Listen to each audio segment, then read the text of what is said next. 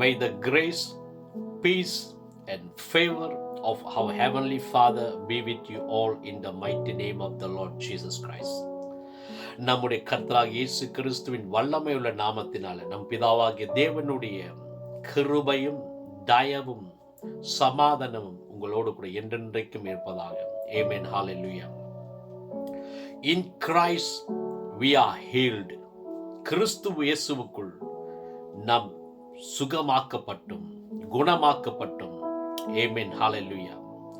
The Bible says in Psalms chapter 107 verse 20, He sent His word and healed them and delivered them from their destructions.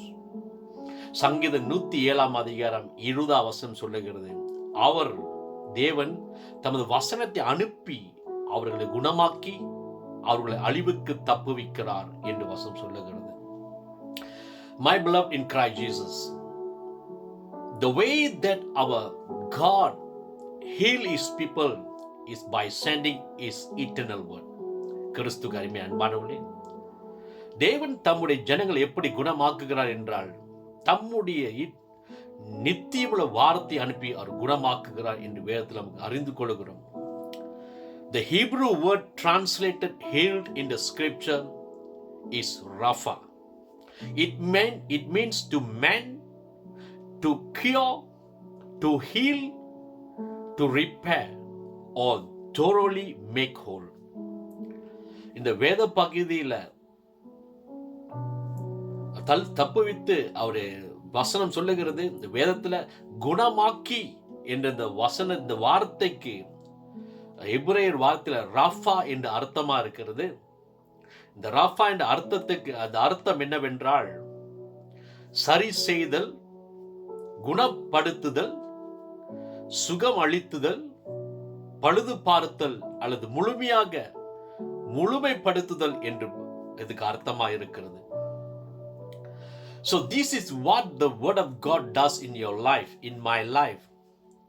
The word of God rids us of all sicknesses, diseases, infirmities, and the word of God has curative ability in the name of Jesus. தேவனுடைய வார்த்தை நம்ம வாழ்க்கையில் இதுதான் என்ன செய்கிறது என்றால் நம்ம எல்லா வியாதியிலிருந்தும் பலவீனத்திலிருந்தும் நோயிலிருந்தும் எல்லா விதமான பிரச்சனையிலிருந்தும் நம் விடுவித்து சுகப்படுத்தக்கூடியதா இருக்கிறது.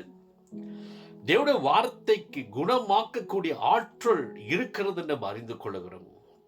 My beloved in Christ Jesus, in your life, maybe this time you are watching this message, I would like to release and reveal the miraculous which can be happen only through the word of God. And this miracle, it's an eternal miracle which is you can receive only through the word of God, which is the power of God. கிறிஸ்துவுக்கு அருமை அன்பானவர்களே, உங்க வாழ்க்கையிலும் இந்த நாட்களில் இந்த வேலை பார்த்து கொண்டிருக்கிற செய்தி பார்த்து கொண்டிருக்க உங்களுக்கு சொல்ல விரும்புகிற தேவனுடைய வார்த்தை மூலமாய், தேவனுடைய வார்த்தையில் தான் உண்மையான குணமாக்குதல் இருக்கிறது, நித்தியமான குணமாக்குதல் இருக்கிறது. தேவனுடைய வார்த்தை தான் உங்களுக்கு முன்னியான தீர்வு இருக்கிறது என்று நீங்க அறிந்து கொள்ள நான் விருப்பப்படுகிறேன். Maybe in your life you are afflicted with some kind of diseases or sickness or infirmity in your body. Maybe you have going through a lot of afflictions, troubles in your physical body, in your health condition. It doesn't matter what kind of diseases. Maybe it can be a cancer, or can be arthritis, or can be a fibroid, or can be any kind of disease or sickness that you are going through in your life, that it seems you are not able to overcome these challenges and these diseases by your own ability. கிறிஸ்துவுக்கு அருமை அன்பர்களுக்கு வாழ்க்கையிலும் இந்த நாட்களில் நீங்க பலவிதமான நோய்களிலும் வியாதியிலும் பலவீனத்திலும் cancer, ஃபிப்ராய்ட், arthritis, இருதய பிரச்சனை, சரீரத்தில் உண்டான பல வியாதிகளிலும் நோய்களிலும் நீங்கள் தாக்கப்பட்டு இந்த சவாலை மேற்கொள்ள முடியாமல், இந்த சூழலை மேற்கொள்ள முடியாமல், இன்னுமே செய்ய முடியாமல் நீ கலங்கி கொண்டு தவித்துக் கொண்டிருக்கலாம். My beloved, I would like to encourage you through the word of God. You can use the word of God to keep your body in divine health. இந்த வெள்ளை கூட நாங்கள் தேவனுடைய வார்த்தை கொடுத்து உற்சாகப்படுத்தின கிறிஸ்து அருமையான அன்பானவர்களே, நீங்கள் தேவனுடைய வார்த்தையை பயன்படுத்தி உங்கள் சரீரத்தை தெய்வீக சுகத்துக்குள் நீங்கள் வைத்துக் கொள்ளலாம். நீங்கள் அறிந்து கொள்ள வேண்டும். The Bible says in book of Proverbs chapter 4 verses 20 to 22, the Bible says, "My son, give attention to my words. Incline your ear to my saying. Do not let them depart from your eyes. Keep them in the midst of your heart. For they are life to those who find them, and health to all their flesh." நீதிமொழிகள் 4ஆம் அதிகாரம் 20-22 சொல்லுகிறது, என் மகனே, என் வார்த்தைகளை கவனி, என் வசனங்களுக்கு உன் செவியை சாய். அவைகள் உன் கண்களை விட்டு பிரியாதிருப்பதாக. அவைகளை உன் இருதயத்துக்குள்ளே காத்துக்கொள். அவைகளை கண்டுபிடிக்கிறவர்களுக்கு அவைகள் ஜீவனும் அவர்கள் உடலுக்கெல்லாம் ஆரோக்கியமுமா என்று சொல்லுகிறது. My beloved in Christ, our God says, incline, keep attention to my words, and incline your ear to my sayings. And the word of God says, the word of God, they are a life to those who find them, and health to all their flesh. வேதம் சொல்லுகிறது, மகனே, வார்த்தைகளை கவனி, என் வசனங்களை செவிசாய். ஏன்னா அவைகளை கண்டுபிடிக்கிறவர்களுக்கு அது ஜீவனா இருக்கிறது, உடலுக்கெல்லாம் ஆரோக்கியமா இருக்கிறது வசனம் சொல்லி இருக்கிறது.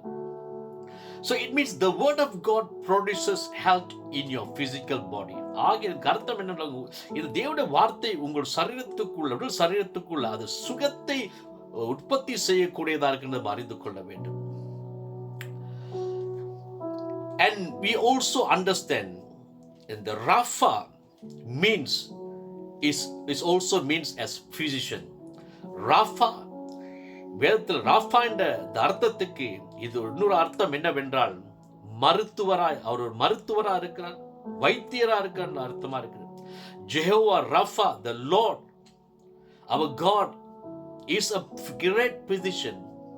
Jehovah Rapha, நம் கர்த்தர், அவர் சிறந்த மருத்துவரா இருக்கிற, வைத்தியரா இருக்கிற நாம் அறிந்து கொள்கிறோம். When our God gives promises of healing and blessings to the Israelite who was journeyed in the wilderness after their deliverance from Egypt, he said in Exodus chapter 15 verse 26, he said, "If you diligently heed the voice of the Lord your God and do what is right in his eye, give ear to his commandments and keep all his statutes, I will put none of the diseases in you which I have brought on the Egyptian, for I am the Lord who heals you."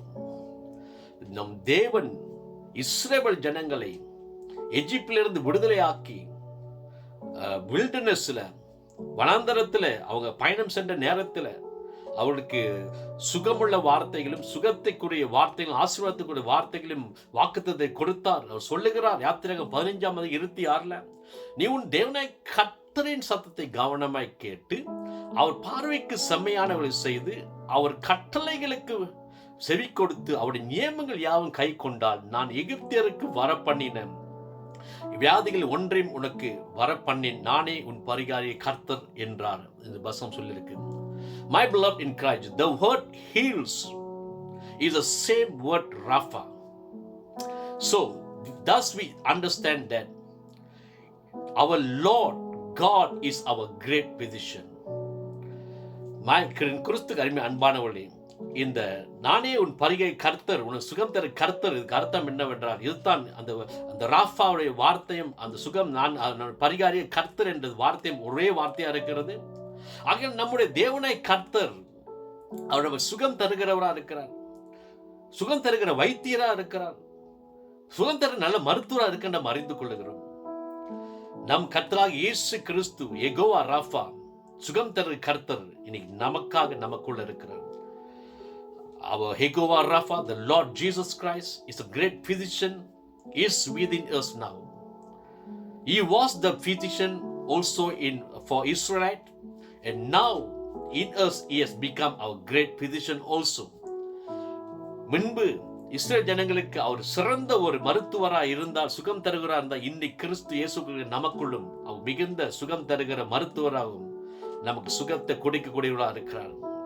My beloved in Christ Jesus, The Bible says is in book of John chapter 1 verse 40, the Bible says, and the word became flesh and dwelt among us, and we beheld his glory, the glory as of the only begotten of the Father, full of grace and truth.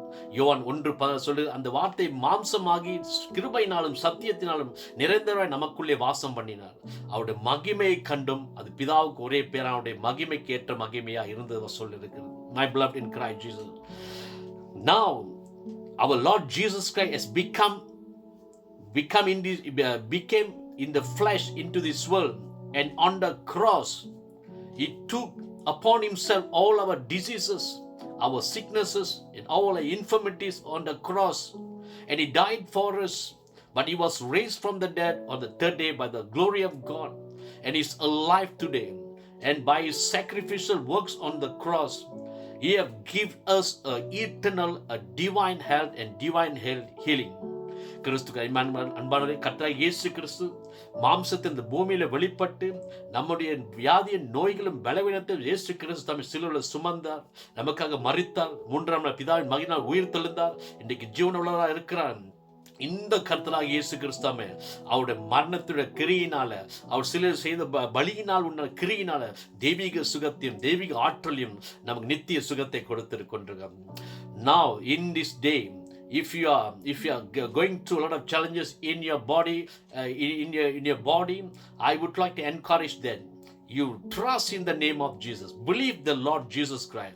Believe that he has already bore your sickness, your disease upon himself on the cross. Believe and receive Jesus Christ as your Lord and Savior. Confess with your mouth Jesus your Lord and receive his healing power and walk in divine health. ஆகையால் இந்த வார்த்தை கேட்டுக்கொண்டிருக்கிற யாராவது சொல்லி, கர்த்தராகிய இயேசு கிறிஸ்து உங்களுக்காக இந்த பூமியில வந்தார், உங்களுக்காக மரித்தார். அவர் கர்த்தராகிய இயேசு கிறிஸ்து எந்த வியாதி நோய்கள் பலவீனத்தினாலும் சரி, கர்த்தராகிய இயேசு கிறிஸ்துவின் நம்புங்க, விசுவாசிங்க.